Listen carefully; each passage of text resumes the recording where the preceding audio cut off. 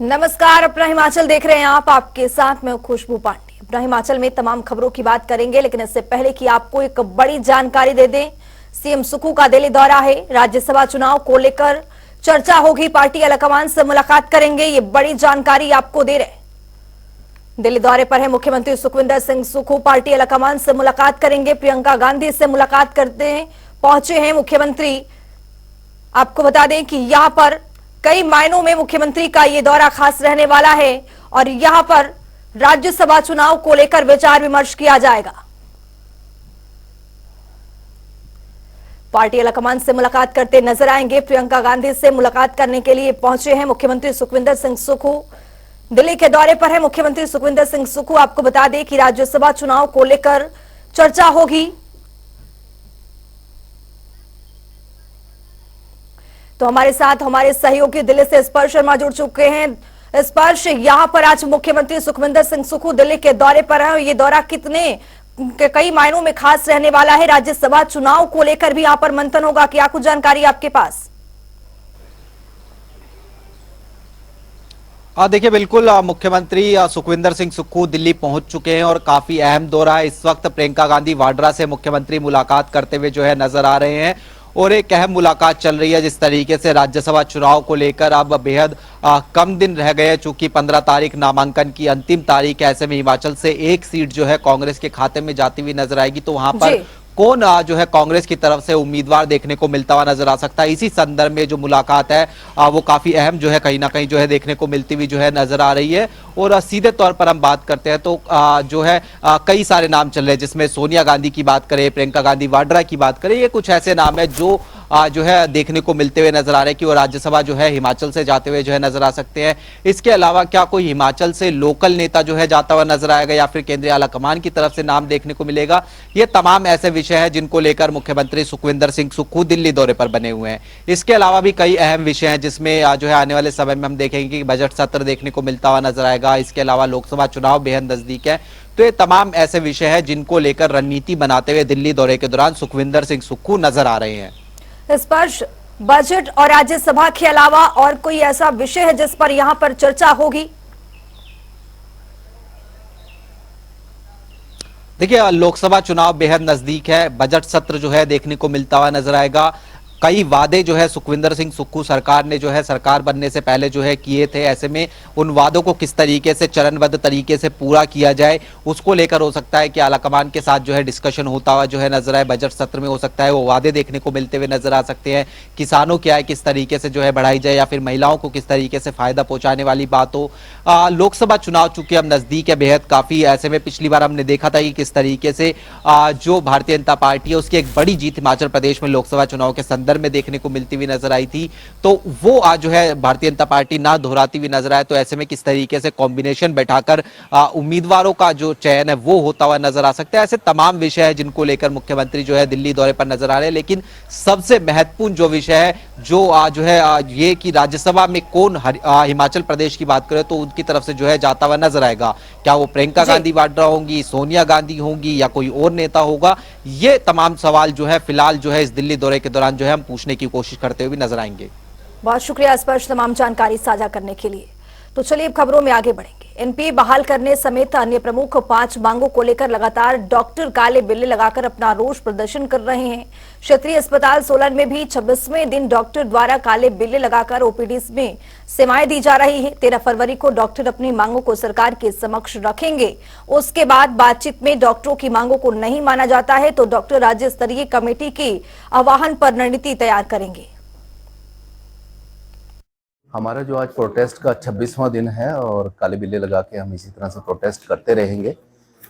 आज जो है हमारी सीईसी की मीटिंग है शिमला में जो चल रही है इस समय, और कल जो है हमारी सीएम से जो 12 बजे जो है सेक्रेटेरिएट में उनके ऑफिस में मीटिंग निर्धारित हुई है। तो कल हमें उम्मीद है कि कल हम अपना पक्ष रख पाएंगे उनके सामने। डिमांड्स जैसे नहीं पूरी होती हैं, कुछ भी रहता है तो सीईसी डिसाइड करेगी फिर किस तरह से आगे हम परस्यू करेंगे अपनी डिमांड्स को।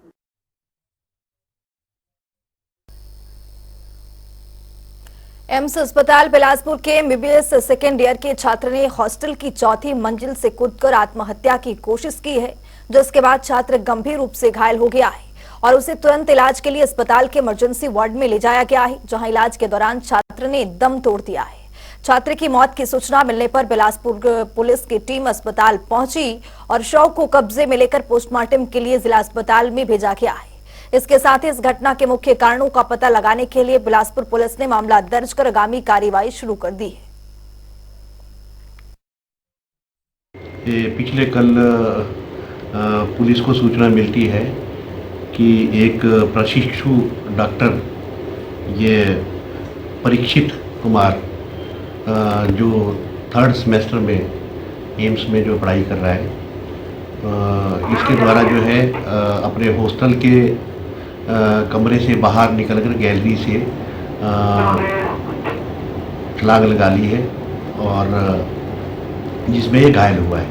इस पर जो है पुलिस मौका पर पहुंचती है तो जो प्रारंभिक जो छानबीन है उससे पाया जाता है कि अपने रूममेट को ये कहकर गया है कि ये वॉशरूम की जा रहा है और अचानक जो है जैसे ही इसने अपनी गैलरी से निकल करके निचली मंजिल को जैसे पौड़ियाँ उतरने लगा तो वहीं से ही इसने छलांग लगा ली।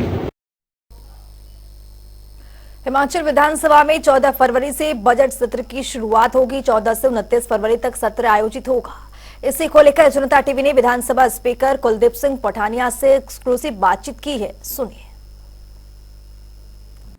हिमाचल प्रदेश विधानसभा का बजट सत्र शुरू हो रहा है और ऐसे में किस तरह का ये बजट सत्र चलेगा, किस तरह की तैयारियां हैं, इसको लेकर पूरी कर ली गई हैं सभी तैयारियां। ज्यादा बात करेंगे, विधानसभा के अध्यक्ष कुलदीप पठानिया हमारे साथ बात करने के लिए मौजूद हैं। किस तरह से ये बजट सत्र चलेगा, कितनी सिटिंग्स जो है वो इस बार होगी, कितनी से कितनी तारीख तक रहेगा? ये हमारा 14वीं विधानसभा का 5वां सत्र है और सरकार का दूसरा बजट सेशन है। तो ये शुरू हो रहा है 14 फरवरी से और 29 फरवरी तक चलेगा। 13 इसमें सिटिंग्स होंगी। 14 को माननीय राज्यपाल महोदय सदन को संबोधित करेंगे और उनका अभिभाषण होगा। जो सरकार की जो वर्ष भर की जो गतिविधियां हैं और आने वाले समय में क्या रूपरेखा होगी उसका जो है उस अभिभाषण के माध्यम से जिक्र होगा। फिर उस अभिभाषण के ऊपर धन्यवाद प्रस्ताव और सेकंड जो है वो सत्ता पक्ष से होता है। फिर उसके ऊपर चर्चा 2 दिन तक लगातार रहेगी। और सबसे बड़ी बात यह है कि जो राज्यपाल का यह अभिभाषण होगा, क्या क्या चीजें जो है वो इसके अंदर होती हैं और कब तक ये चर्चा जो है वो इसके बाद अभिभाषण पर चर्चा होगी सदन में? 2 दिन लगातार चर्चा होगी क्योंकि वर्ष भर की सरकार की गतिविधियां और आने वाले समय में सरकार की क्या सोच है वो राज्यपाल का अभिभाषण उस बात को इंगित करता है और उसके ऊपर फिर दोनों दल जो है अपना अपना दृष्टिकोण जो है धन्यवाद प्रस्ताव के माध्यम से रखते हैं और उसमें अमेंडमेंट्स भी लाई जा सकती हैं। तो वो तो जो भी मान्य सदस्य जो ज़्यादातर विपक्ष के लोग ही अमेंडमेंट्स देते हैं। इसके अलावा जो विधानसभा का ये जो सत्र रहता है इसमें जो सवाल है, कौन कौन से सवाल हैं और कितने सवाल अभी तक जो है वो इसमें पूछे? जैसा आप जानते हैं कि विधानसभा में पहला जो आवर है 11 बजे विधानसभा शुरू होती है तो 11 से 12 बजे तक प्रश्नकाल होता है और जब राज्यपाल महोदय का अभिभाषण होता है तो प्रश्नकाल सस्पेंड होता है और जिस दिन बजट पेश होता है उस दिन भी जो है प्रश्नकाल सस्पेंडेड होता है। तो 14 को राज्यपाल जी का अभिभाषण है और 17 को माननीय मुख्यमंत्री बजट रखेंगे। दोनों दिन ये है क्वेश्चन आवर नहीं होगा। बाकी सारी जो सिटिंग्स हैं 11 बजती हैं उनमें प्रश्न काल होगा। अभी तक हमारे पास 792 क्वेश्चन जो हैं लिखित 792 क्वेश्चन जो है रिटन और ओरल स्टार्ड और अनस्टार्ड आ चुके हैं और उनकी जो सूचनाएं हैं वो हमने सरकार से मांगना शुरू कर दी हैं और जो 15 तारीख को कौन से लिस्ट होंगे, 16 तारीख को कौन से लिस्ट होंगे, 17 को तो होंगे नहीं, 18, 19 वो सारी विधानसभा जो है वो हमने करना जो है उसके ऊपर कार्रवाई करना शुरू कर दी। अभी तक विधानसभा सचिवालय को कुछ ये सूचना भी मिली है कि कोई विधेयक जो है वो इस बार रखेगा? हाँ, ये हो सकता है क्योंकि जब विधानसभा का जो हमारा कैलेंडर है उसमें संसदीय और विधायी कार्य ये दोनों चीज़ें जो हैं विशेष रूप से होती हैं। वो कैलेंडर में हमने दे दिया है और चूँकि सिटिंग्स इस बार 11 हो रही हैं, 13 हो रही हैं, तो इसलिए सारे जो माननीय मंत्री हैं वो हर दिन जो है प्रश्न काल में उपलब्ध रहेंगे, क्योंकि प्रश्न काल जो है सभी मंत्रालयों के मुतल्लिक लगेंगे। अन्यथा ये होता था, क्योंकि बजट सत्र लंबा होता था, 18-19 दिन की सिटिंग्स होती थी, तो एक दिन जो है एक सेट ऑफ मिनिस्टर्स, दूसरे दिन दूसरा सेट ऑफ मिनिस्टर। लेकिन इस बार हमने ये प्रक्रिया जो है सस्पेंड की है, ताकि ज़्यादा से ज़्यादा कार्रवाई हम कर सकें। जैसा आपको पता है, पिछला भी जो हमारा विंटर सेशन हुआ, उसमें हिमाचल प्रदेश विधानसभा की प्रोडक्टिविटी 132% रही है। जो अलॉटेड टाइम था उससे ज़्यादा जाकर हमने काम किया है। तो हम ये चाहते हैं कि ज़्यादा से ज़्यादा समय विधानसभा के अंदर जो जनहित के मुद्दे हैं, लोगों के हित के मुद्दे हैं, हिमाचल प्रदेश के मुतल्लिक जो मुद्दे हैं उन पर चर्चा हो। इसलिए समय अवधि के अंदर सारी बातें भी हों, और आवश्यकता पड़े तो सदन का समय बढ़ा भी सकते हैं। इसके अलावा कुलदीप जी, देखिए सबसे बड़ी बात यही हो जाती है कि जब विधानसभा का सत्र होता है, तरह तरह से लोग जो है वो प्रदर्शन करते हैं विधानसभा के बाहर। सुरक्षा व्यवस्था के हिसाब से अगर देखा जाए, कितना महत्वपूर्ण है और किस तरह से सुरक्षा व्यवस्था रहेगी? आज हमने सबसे पहले, क्योंकि मीडिया एक बहुत इम्पोर्टेंट पार्ट है अंडर द डेमोक्रेटिक सेटअप, विधानसभा की सारी कार्रवाई, सरकार क्या करना चाह रही है हिमाचल प्रदेश के लोगों के लिए, विपक्ष क्या बोल रहा है उन विषयों के ऊपर, ये सारी सूचनाएं मीडिया के माध्यम से जनसाधारण तक पहुंचती हैं। इसलिए आज पहली मीटिंग हमारी मीडिया से हुई है। अब इसके बाद लॉ एंड ऑर्डर के ऊपर मीटिंग होगी, जिसमें हमारे जो उच्च अधिकारी हैं पुलिस के, प्रशासन के, उस मीटिंग में आएंगे, और उसमें जो सारी व्यवस्था 13 दिन जो है अंदर विधानसभा के अंदर और बाहर क्या रहेगी, किस प्रकार से रहेगी, कानून व्यवस्था किस प्रकार से उसको सुनिश्चित करना है। जो लोग प्रोटेस्ट कर रहे हैं उनका भी लोकतांत्रिक प्रजातांत्रिक अधिकार है, क्योंकि लोकतंत्र प्रजातंत्र में लोग प्रोटेस्ट कर सकते हैं, तो आप अपनी ग्रीवेंसेस रख सकते हैं, लेकिन सदन की कार्रवाई भी चले, उसमें भी कहीं को बाधा ना आए, और वो जो भी अपना प्रदर्शन करना चाहे, प्रदर्शन के माध्यम से अपनी बात रखना चाहे, उसको भी इजाज़त है। तो पुलिस जो है ये सारी बात जो है देखती है और कानून व्यवस्था को नियंत्रित करने के लिए कदम उठाती है। प्रोडक्टिविटी की आपने बात की, अच्छा जो है वो समय यहाँ पर निकले और जिस तरह से कार्रवाई सौहार्दपूर्ण माहौल में चले। सर्वदलीय बैठक आपने बुलाई है, क्या अपील आप करना चाहेंगे विपक्ष और सत्ता पक्ष? यही कि जो मुद्दे हैं वो विधानसभा के माध्यम से जो जनहित के मुद्दे हैं, हिमाचल प्रदेश के हितों से जुड़े हुए मुद्दे हैं, उसके ऊपर गंभीरता से विचार विमर्श हो, और सभी सामान्य सदस्य, चाहे पक्ष के हों चाहे प्रतिपक्ष के हों, अपना अपना नजरिया दृष्टिकोण रखें, जिसके माध्यम से व्यवस्था को हम मजबूत कर सकें, कानून नियमों में परिवर्तन कर सकें, और लोगों को एक अच्छा शासन और प्रशासन दे सकें। ये दोनों दलों का बराबर का जो है जिम्मेवारी है, और मेरी तो यही अपील रहेगी दोनों दलों से। सभी को पर्याप्त समय मैं देता हूँ, चाहे वो पक्ष के लोग हों चाहे प्रतिपक्ष के लोग हों, जब तक उनका व्यू पॉइंट खत्म नहीं होता तब तक मैं जो है उस कार्रवाई को चलाता हूं, और उस समय को वहां तक एक्सटेंड करता हूं। जब मुझे लगता है कि अब जो बातें आनी चाहिए थी विषय के ऊपर आ चुकी हैं, और अब जो है रेपिटिशन हो रहा है या वरे परे की बात हो रही है, तो इजाज़त नहीं दी जाती है, क्योंकि विधानसभा का समय बहुमूल्य है और इसमें अधिक से अधिक कार्रवाई होनी चाहिए। कब सर्वदलीय बैठक आपने कब बुलाई?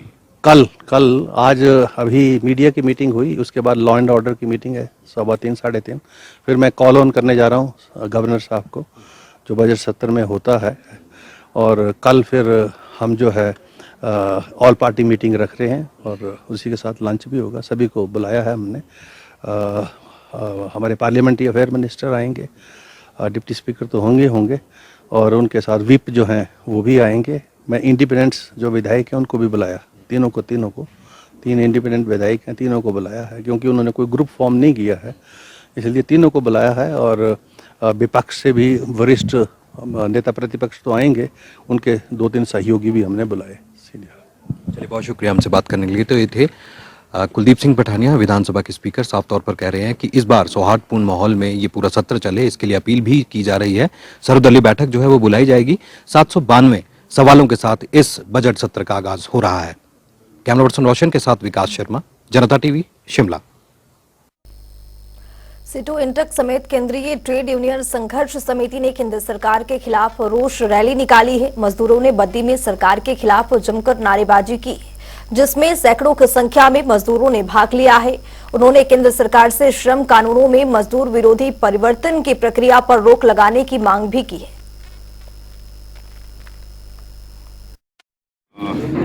आज ये संयुक्त अधिवेशन हुआ इंडस्ट्रियल वर्कर्स का, जिसमें इंटक के राज्य अध्यक्ष हरदीप बावा जी, एडटक के राज्य अध्यक्ष जगदीश भारद्वाज जी, सीटू की तरफ से विजेंद्र मेहरा और मैं डॉक्टर कश्मीर सिंह ठाकुर, और इस तरह का हमारा नेतृत्व सारा तीनों संगठनों का इसमें शामिल हुआ और सैकड़ों मजदूर जो है इस अधिवेशन में शामिल हुए। मुख्य मुद्दा ये है कि 16 फरवरी का राष्ट्रव्यापी इंडस्ट्रियल स्ट्राइक का है और उसमें निर्णय लिया गया कि ये हड़ताल पूरे औद्योगिक क्षेत्र में होगी, पूरा औद्योगिक क्षेत्र बंद होगा और हम 16 फरवरी को सारे तीनों संगठन जो है मिलकर इस हड़ताल को सफल करेंगे। ये हड़ताल वास्तव में मोदी सरकार की मजदूर विरोधी नीतियों के खिलाफ हो रही है। जो 44 श्रम कानून जो देश के अंदर थे अंग्रेजों के जमाने से, उनको खत्म कर दिया। मजदूरों को बेड़ियों में बांधने का सरकार ने मन बना लिया है, कानून बना दिए हैं, अभी लागू नहीं हुए। वन मित्रों की भर्ती को लेकर प्रदेश में प्रक्रिया शुरू हो चुकी है। चयन प्रक्रिया में हिस्सा लेने के लिए आने वाले अभ्यर्थियों की हाइट देखी जा रही है और उनके डॉक्यूमेंट चेक किए जा रहे हैं। फिजिकल टेस्ट क्लियर होने के बाद एक रिपोर्ट उपमंडल स्तर पर संबंधित एसडीएम को भेजी जाएगी, जिनके बाद इंटरव्यू का आयोजन होगा।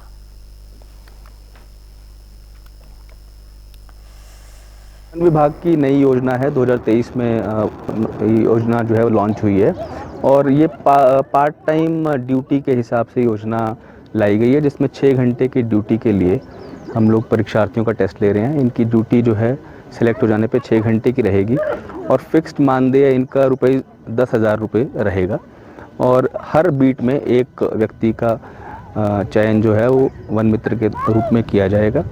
जो व्यक्ति रहेगा वो बीट के अंदर की जो पंचायत है उससे या उसकी साथ लगती पंचायत में से ही रहेगा। उसी हिसाब से फॉर्म्स जो हैं वो लिए गए हैं फील्ड से। जो अयोग्य उम्मीदवार थे उनकी छटनी की गई। उसके बाद जो 2 वन मंडल सोलन वन में पड़ते हैं, सोलन वन मंडल जिसमें 1194 आवेदन प्राप्त हुए जो सफल आवेदन थे और नालागढ़ वन मंडल में 1560 आवेदन प्राप्त हुए, उनकी अब फिजिकल टेस्ट। नाहन के चौगान मैदान में सिरमौर प्रीमियर लीग 2024 क्रिकेट प्रतियोगिता का समापन हो गया है। इस प्रतियोगिता में प्रदेश भर में करीब 50 टीमों ने हिस्सा लिया है। वहीं प्रतियोगिता के समापन कार्यक्रम में पद्मश्री अवार्डी अजय ठाकुर ने बतौर मुख्य अतिथि के रूप में शिरकत की है। उन्होंने कहा है कि युवाओं के लिए खेलकूद आवश्यक है, इससे शारीरिक और मानसिक विकास होता है और इस तरह की प्रतियोगिता से बच्चों में मेल जोल की भावना का भी विकास होता है। ज़्यादा जरूरी है क्योंकि आप बच्चों में एनर्जी बहुत होती है, युवा पीढ़ी में एनर्जी का लेवल है जो बहुत ज़्यादा है ना। हर चीज़ वो अच्छे वे में लेके जाने जाते हैं। अगर आप स्पोर्ट्स करेंगे तो उनका माइंड डाइवर्ट होता है कि यार हमें स्पोर्ट्स करनी है।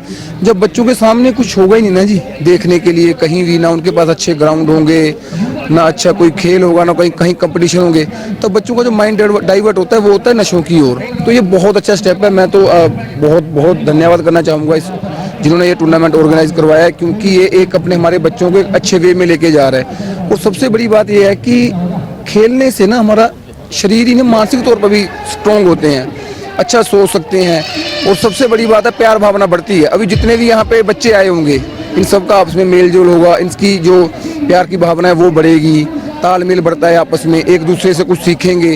ये सब चीजें जरूरी होती हैं स्पोर्ट्स में। हिमाचल प्रदेश में जहां जेओआईटी अभ्यर्थी सरकार के खिलाफ धरने प्रदर्शन पर बैठे हुए हैं, तो वहीं कर्मचारी भी अपनी मांगों को लेकर कई बार धरना प्रदर्शन कर चुके हैं। अब कर्मचारियों के अलावा पेंशनर भी सड़कों पर उतर गए हैं और सरकार से पेंशनर की मांग को पूरा करने के बारे में भी कहा जा रहा है। डीसी ने प्रदेश सरकार को एक ज्ञापन भेजा है। संगठन के अध्यक्ष शेष राम ठाकुर ने बताया है कि इससे पहले भी सरकार के समक्ष पेंशन और संघ ने मांगे रखी थी, लेकिन अभी तक उस पर कोई गौर नहीं किया गया है। पेंशनरों की बहुत सी डिमांडें हैं जो वित्तीय लाभ पेंशनरों को मिलने थे वो लंबित पड़े हैं सरकार के पास। और जिसमें हमारा 6 पे का जो है रिवीजन पे फिक्सेशन का था, पेंशन फिक्सेशन का था और डीए का मतलब 12% डीए अभी केंद्र ने जो है 4% और मतलब जो है 16% ड्यू हो गया प्रदेश सरकार की तरफ।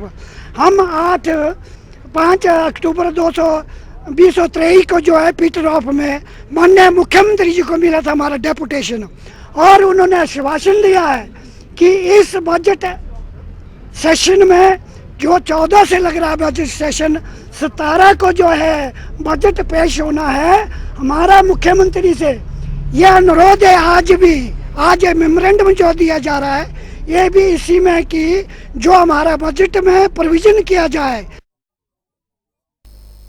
तो एक बड़ी जानकारी सामने आ रही है, उससे आपको अपडेट करवाएंगे। पंजाब की जालंधर में रोजगार मेले का आयोजन किया गया है। केंद्रीय मंत्री अनुराग ठाकुर ने रोजगार मेले में शिरकत की है। ये बड़ी और अहम जानकारी से आपको अपडेट करवा रहे। पंजाब की जालंधर में रोजगार मेले का आयोजन में केंद्रीय मंत्री अनुराग ठाकुर ने शिरकत की है।